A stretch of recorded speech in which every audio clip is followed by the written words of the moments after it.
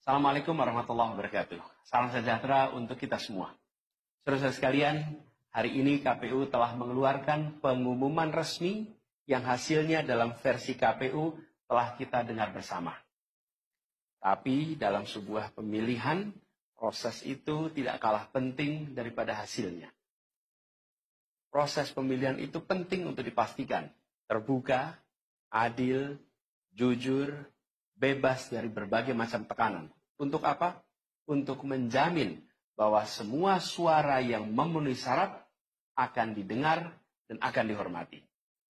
Proses pemilihan ini penting untuk dijaga agar memastikan legitimasi, kepercayaan, dan inklusivitas dalam hasilnya. Tanpa proses yang kredibel, legitimasi calon yang terpilih atau legitimasi keputusan bisa menyebabkan keraguan. Maka menjaga integritas pemilihan adalah fundamental untuk kelangsungan demokrasi dan untuk terpenuhinya aspirasi masyarakat secara keseluruhan. Atas dasar itu, izinkan kami menyampaikan pernyataan untuk mendakapi proses pemilu yang sejak awal hingga saat ini.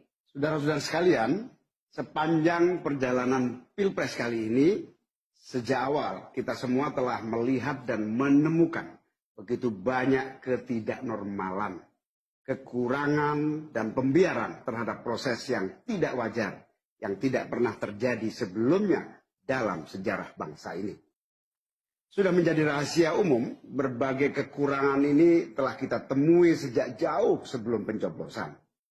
Mulai dari rekayasa regulasi sampai ke intervensi alat negara. Dan semua ini telah menjadi catatan media serta jadi catatan publik. Mas Anies dan saya maju pencalonan sebagai capres dan cawapres ini untuk membawa misi perubahan, menghadirkan keadilan dan kemakmuran bagi semua, menegakkan kembali demokrasi dan menunaikan janji-janji reformasi. Dan berdasarkan catatan dari KPU tadi, ada puluhan juta orang yang menitipkan suara kepada kami berdua.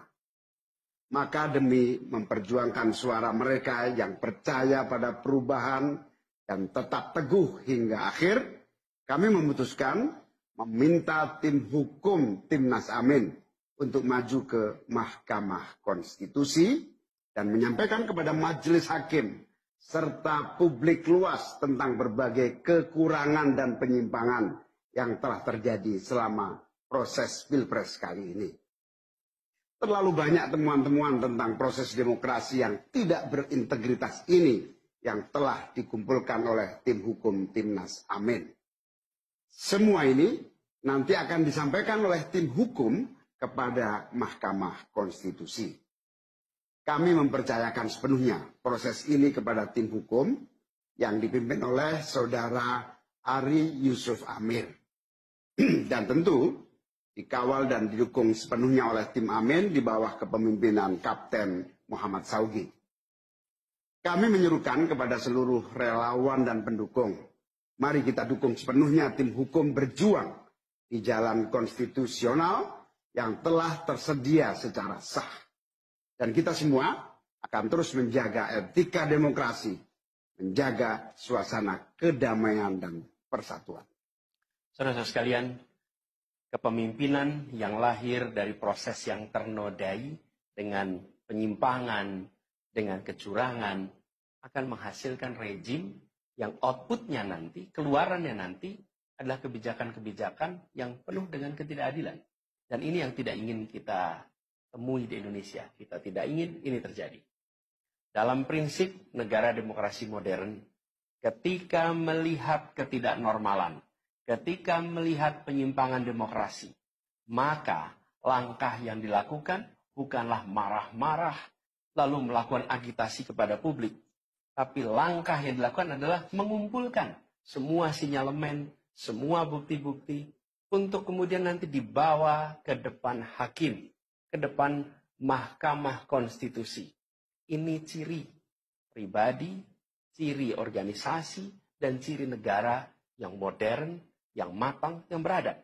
Karena itu sejak awal kami katakan, kami tidak akan gegabah Walaupun kami merasakan sejak masa kampanye sampai pemilihan terlalu banyak ketidaknormalan, penyimpangan yang kami alami. Tapi kami memilih untuk mengumpulkan itu semua secara hati-hati, melakukan validasi, memastikan akurat. Kenapa? Karena kita ingin negeri ini, negara tercinta kita ini terus maju, makin matang dalam berdemokrasi, makin matang dalam bernegara. Dan ini kita kerjakan dengan keseriusan. Kita tidak ingin proses demokrasi yang terjadi membuat kita mundur mendekati masa prareformasi. Karena itulah kita menjaga semua proses ini secara baik, secara tertib. Walaupun itu semua kita lakukan, akan ada saja yang berusaha merendahkan usaha konstitusional ini. Ada saja yang nanti akan mendegradasi usaha konstitusional ini. Seakan ini adalah sikap penyangkalan dan tidak mau menerima kekalahan. Izinkan kami tegaskan di sini. Kami tidak ingin membiarkan penyimpangan atas demokrasi itu berlalu tak ditantang. Kami tidak ingin penyimpangan itu berlalu tanpa catatan. Kami tidak ingin ini menjadi presiden yang buruk bagi generasi-generasi yang akan datang. Biarlah cukup berhenti sampai di sini. Jangan ada pembiaran. Bila penyimpangan, pelanggaran dibiarkan, dia menjadi kebiasaan. Bila kebiasaan dibiarkan, dia menjadi budaya. Kita tidak ingin budaya demokrasi kita penuh dengan ketidaknormalan. Kita ingin mengembalikan demokrasi kita menjadi demokrasi yang penuh dengan kewarasan. Demokrasi yang mengedepankan adab.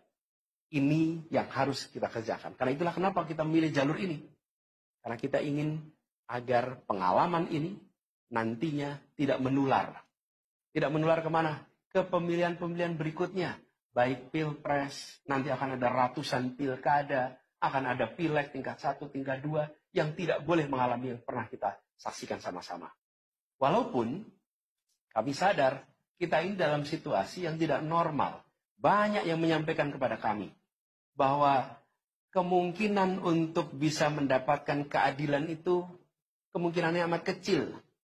Berbagai pihak mengatakan, ini lembaga-lembaga negara yang terkait penyelenggaraan pemilu, terkait penyelenggaraan sengketa, telah terkooptasi oleh oknum-oknum yang sudah terbukti melanggar etik.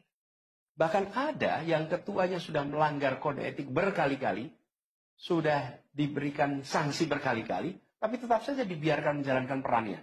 Padahal perannya memiliki dampak pada kehidupan seluruh bangsa Indonesia dan perjalanan ke depan negara kita. Meskipun kita dengar itu semua, meskipun kita saksikan ketidaknormalan itu, tapi kami tetap memilih berada pada jalan dan jalur konstitusi. Kami berharap pertolongan Allah Subhanahu wa taala, pertolongan Tuhan yang Maha Kuasa. Semoga Allah bukakan, Allah teguhkan hati para hakim konstitusi itu untuk mereka bisa imparsial, untuk mereka memiliki keberanian, untuk mereka mengambil keputusan yang adil, keputusan yang benar, keputusan yang nantinya akan mereka pertanggungjawabkan di hadapan Tuhan yang Maha Kuasa. Keputusan yang akan mereka pertanggungjawabkan di hadapan sejarah perjalanan bangsa Indonesia, yang akan dipertanggungjawabkan di depan anak cucu mereka di kemudian hari. Ini adalah harapan kita, dan kami yakin insya Allah mereka akan bisa menjalankan apa yang menjadi harapan dari kita semua. Mari kita terus jalankan perjuangan ini dengan menjunjung tinggi etika, menjaga kedamaian dan persatuan. Kita dukung langkah tim hukum, dan kita biarkan segala temuan itu nantinya disampaikan dan menjadi rekam sejarah yang tercatat secara resmi dalam lembaran risalah-risalah Mahkamah Konstitusi Republik Indonesia. Ini biar menjadi catatan, catatan pengingat, catatan yang penting bagi perjalanan Republik ini, perjalanan bangsa ini di masa yang akan datang. Seperti saya katakan tadi, jangan sampai ini berulang lagi. Dan izinkan kami mengakhiri dengan menyampaikan terima kasih. Kami sampaikan terima kasih kepada semua yang telah bekerja keras, kepada seluruh tim yang telah bekerja sepenuh hati, dengan luar biasa hingga tuntas, dan kepada seluruh pendukung, seluruh simpatisan yang tak henti menguatkan kami